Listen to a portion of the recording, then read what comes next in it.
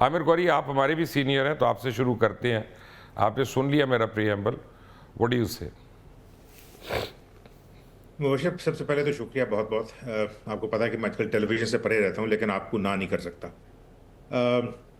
देखें, if you to start from the premise, जिस तरह आपने कहा 5,000 साल की सिविलाइजेशन, तो जो हिस्ट्री है ना, ह्यूमन हिस्ट्री, उसका एक ही लेसन है, दो लाइनों के अंदर मैं उसको कवर कर देता हूँ।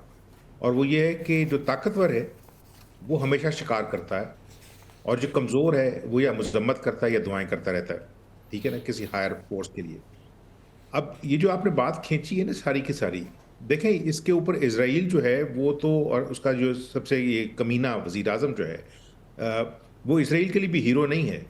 वहाँ उसकी अपोजिशन है, लेकिन वो पिछले तकरीबन 30-35 साल से इस प्रोजेक्ट के ऊपर है। और प्रोजेक्ट ये था कि मिडल ईस्ट के अंदर जो साइजेबल कंट्रीज हैं उनको एक के बाद एक करके तोड़ा जाए। उसने जो अपनी इमीडिएट नेबरहुड है, उसको तो हमेशा से बहुत अरसे से बिल्कुल, जिसको पंजाबी का लफ्ज़ है ना, खस्सी करके रखा हुआ है।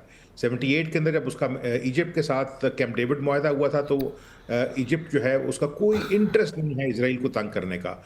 जॉर्डन के अंदर सख्त ही नहीं है। सीरिया के साथ जंगें हुई थी, सीरिया जो है वो कब का जो है वो टूट चुका। जब से बशर अल असद गया तो उसके बाद तो जान ही नहीं रह गई। लेबनान जो है, उसके अंदर 1982 से जब साबरा शतीला वाला चक्कर था, उसके बाद उन्होंने तोड़ दिया। वहाँ पे कोई स्टैंडिंग आर्मी नहीं है जो मुकाबला कर सके, वहाँ से सिर्फ हिजबुल्ला मुकाबला करती है। तो जो लड़ाई झगड़ा था वो फ़लस्तीन के अंदर ही था, वेस्ट बैंक के अंदर और फिर गज़ा के अंदर। और वेस्ट बैंक के जो फ़लस्तीनी हैं, जो लीडरशिप है, जो फ़तह की जिनकी हिस्टोरिक एक पूरी स्ट्रगल थी यासर अरफ़ात की सूरत में, वहाँ से किसी किस्म की अब अपोजिशन नहीं है इसराइल को। तो जो अपोजिशन थी उनके इलाके में वो हमास से ही आती थी, उसको भी न्यूट्रलाइज कर दिया गया। तो अब ये जो चीज़ है जिसके अंदर उन्होंने ये कहा था कि चूंकि इसराइल ये कहता था कि बहुत अरसे से ईरान जो है वो शिया एक्सेस को इस्तेमाल करके, इन्फ्लुएंस को इस्तेमाल करके मेरे गिर्द एनसर्कलमेंट करना चाहता है। वो चाहे यमन एक के एक अंदर हो। एक छोटा सा if I may interject Aamir, जल्दी से बताइएगा। हमास तो टोटल सुन्नी है, तो ईरान ने उसको भी अट्रैक्ट कर लिया, तो वो तो सिर्फ शिया कहना उनको, ये तो ज़रा गलत बात होगी। नहीं, बिल्कुल गलत बात होगी, लेकिन देखें, जो फॉल्ट लाइन है वो तो नेचुरली ईरान इस्तेमाल करता है शियाइज़्म की। लेकिन चूंकि फ़लस्तीनी जो हैं वो सुन्नी है, जिस तरह आपने कहा, उनका चूंकि डायरेक्ट ग्रज है, और वो इशू जो है वो इस्तेमाल होता है इसराइल के ख़िलाफ़, कि इसराइल जो है उसने चूंकि कब्ज़ा किया हुआ है उन इलाकों पे जो कि फ़लस्तीनी थे। अब फ़लस्तीनी शिया हों या सुन्नी हों, लेकिन दैट बेसिकली बिकम द कॉज़स बेली, जो वो जंग की वजह बनता है। लेकिन उसका जो आसपास सपोर्ट नेटवर्क था, जो लड़ते थे लोग, उनमें ज़्यादातर शिया थे। ये इल्ज़ाम लगता है, आप समझ लें। ज़रूरी नहीं, क्योंकि अगर सिर्फ शिया सुन्नी की फॉल्ट लाइन इस्तेमाल की जाए तो 68% जो इराक है वो शिया है, जिसने ईरान के साथ 8 साल की जंग लड़ी। दोनों लड़ लड़ के तकरीबन ख़त्म हो गए थे। जो मेरा पॉइंट है, देखें, अमेरिका जो है ना, इसराइल की सपोर्ट करता है या नहीं करता, उसकी जंगें लड़ता है नहीं लड़ता, लेकिन देखें पिछले समझ लें आप तकरीबन 125 साल में, जब से अमेरिका जो है वो उसने आहिस्ता आहिस्ता यूरोप को पीछे छोड़ा है, स्पेशली सेकेंड वर्ल्ड वॉर के बाद। तो मुझे इस तरह लगता है कि देखें, जो दुनिया की सबसे बड़ी सुप्रीम पावर है ना, वो जिनीवा कन्वेंशंस या वियना कन्वेंशंस जैसा ड्रामा जो है ना, वो तो बर्दाश्त करने का उसके अंदर किसी किस्म का आप ये सब्र नहीं है। वो ये कहता है, भाई अगर मैं दुनिया का चौधरी हूँ, तो कन्वेंशंस जो है ना, फिर वो वाशिंगटन कन्वेंशन होंगे, शिकागो कन्वेंशन होंगे, कैलिफोर्निया कन्वेंशन होंगे। मैंने उस यूरोप की जो कि ग्लोबल पॉलिटिक्स में पावर खो चुका है, उसके बनाए हुए असूल जो हैं वो मैं नहीं मानूंगा। और पिछले बहुत अरसे से हम एक चीज़ सुनते आते थे कि जी ये अमेरिका लेड जो है रूल बेस्ड ऑर्डर, उसके तहत, तो रूल किसके होंगे? रूल उसी के होंगे जो पावरफुल ठीक होगा। है, आते हैं इस पे, will come back to this. Raza, very quickly, your to sense. देखिए, बिल्कुल ये गौरी साहब ने बड़े अच्छे तरीके से जो हालिया तारीख है उसका जायज़ा लिया है।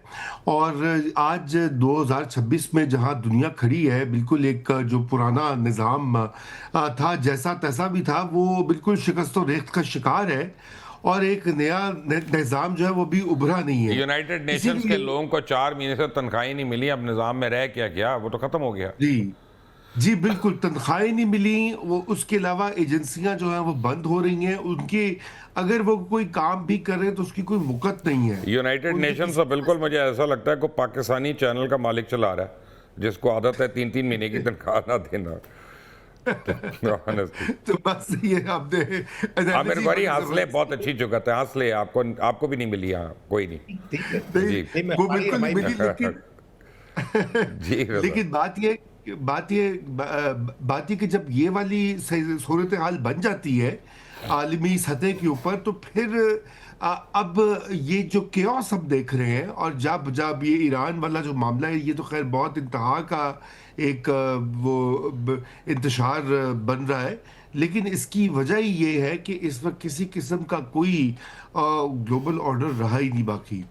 और अब यूं ही है कि जो ममालिक हैं सभी वो अपने अपने मफादात का दिफा कर रहे हैं, और उनको अपनी पड़ी हुई है, और यही वजह है कि आज के इस दौर में हम एक नया जो बैनुल अक़वामी चार्टर या माहिदा जो है, इमरानी माहिदा जिसे कहा जाता है बैनुल अक़वामी लेवल के ऊपर, उसकी अशद ज़रूरत है। और अब वो कौन आगे बढ़ के करेगा, क्योंकि अमेरिका तो उससे दस्तबरदार हो रहा है। वो बातें अभी ईरान के बारे में जो करने से पहले ट्रंप तो मुस्तकिल ये कह चुका है, जी हमारा कोई लेना देना नहीं है, हमारी कोई गरज नहीं है दुनिया में जो कुछ मैं होता है। आपको दोनों को एक चीज़ दिखाता हूँ आपकी स्क्रीन पे कि why Iran is position to sustain the conflict. ये एक बड़ा एक इम्पॉर्टेंट क्वेश्चन है कि ईरान सस्टेन कैसे करेगा इस कॉन्फ्लिक्ट को। एक आपको मैं चीज़ दिखाता हूँ आपकी स्क्रीन के ऊपर।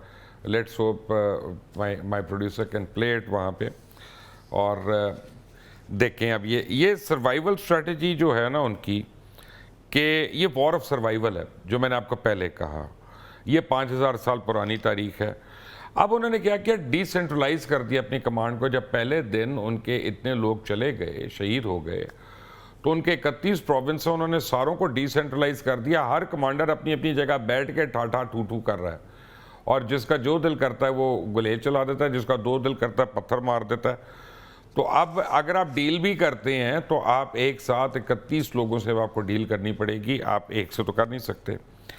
टेक्नोलॉजी का शिफ्ट हमने देखा है यहाँ पे, कि जो सैटेलाइट यूसेज है ईरान के पास, और जितनी प्रिसिशन वो स्ट्राइक्स कर रहे हैं, और उसके जो ड्रोन्स हैं शायद 1 और 2 और ये सारे, और उसके जो हाइपरसोनिक मिसाइल्स हैं, बैलिस्टिक मिसाइल्स, अभी तो वो पूरे यूज़ भी नहीं हुए, लेकिन जो एलिमेंट्री मिसाइल्स यूज़ हुए उन्होंने भी देव created havoc not only in Israel but also in the middle east. और इजराइल में मुझे अब ये पता चला है कि कम से कम 60-70 बिलियन डॉलर का नुकसान हो चुका है। और अब ये है कि कह सकते हैं कि उसको फॉरेन बैकिंग है। अब ये हम तो शक पे कह रहे हैं कि चाइना की भी है, रशिया की भी है, और वो भाईजान एक तड़प रहे हैं दूसरे नॉर्थ कोरिया वाले के किसी तरह मुझे भी जंग में ले आओ, लेकिन खैर अभी उनकी नहीं एंट्री हुई। एसिमेट्रिक एडवांटेज तो है यहाँ पे।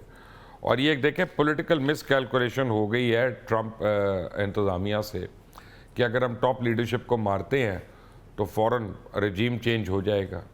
रजीम चेंज तो नहीं हुआ, और अब मुश्किल है, अब सारे इकट्ठे हैं। आमिर गौरी इस चार्ट को देखें अच्छी तरह, अब फिर मुझे अपनी राय दें।